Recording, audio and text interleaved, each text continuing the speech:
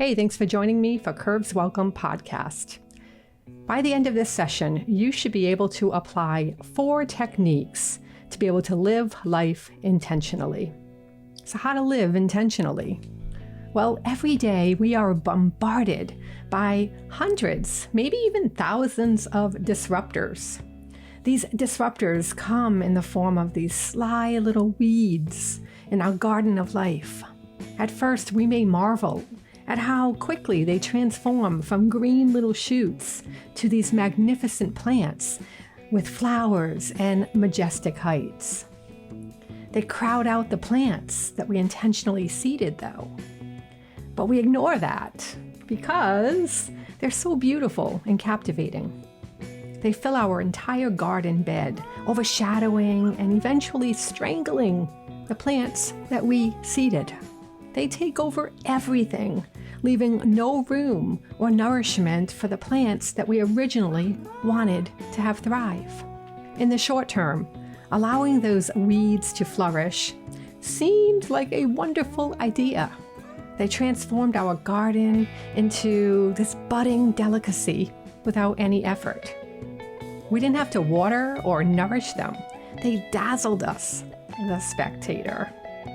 In the long term, however, they choked out and killed the plants that would have offered us sustenance and nutrition. They robbed us of food. They may look pretty, but they don't serve the purpose of what we wanted that garden lot to turn into. Our original intention was to nourish ourselves with organic food grown in a sustainable manner. And what we allowed to take over was a greedy, giant network of disruptors that choked the life out of our garden. If we would have asked what value that weed would bring at its earliest appearance, we could have surmised the seeded plants would offer more value, and we could have crushed that weed's chance of taking over right from the start when it fit between our 2 fingers. To crush it now, though, would require a sharp garden tool and muscle power. And even still, you'd be left with nothing in its place because it killed your original seed. Disruptions are weeds in our life. The more we allow them the space to grow, they will take over and choke the things that bring us nourishment and the ability to grow and thrive. To live with intention means that we get to choose those things that bring us value and focus and act on those things, crushing the appealing disruptors between our 2 fingers before they overtake those things that bring us value. So, how can we live intentionally?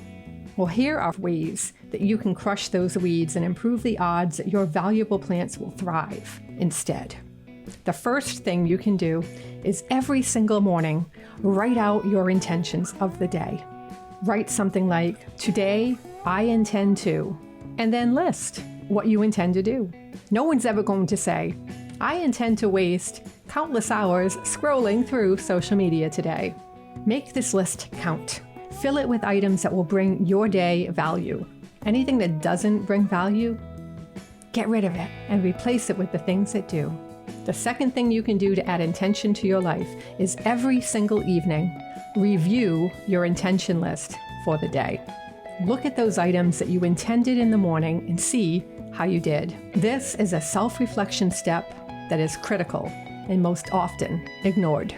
How will you ever determine how you did if you don't evaluate yourself?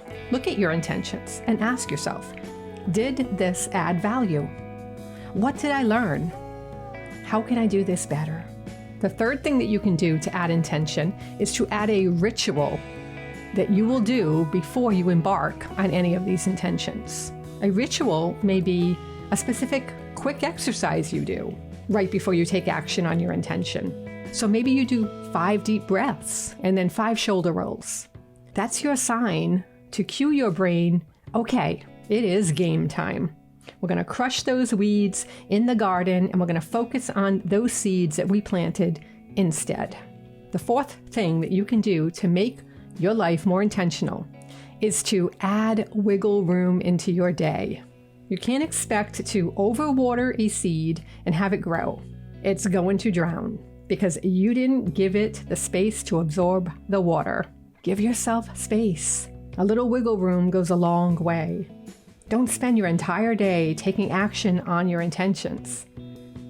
Do an intention, then relax into wiggle room. And make no mistake, wiggle room does not equal distraction. Wiggle room is intentional, and it means taking a walk, maybe sitting quietly with a cup of tea, maybe doing some brain exercise like a puzzle.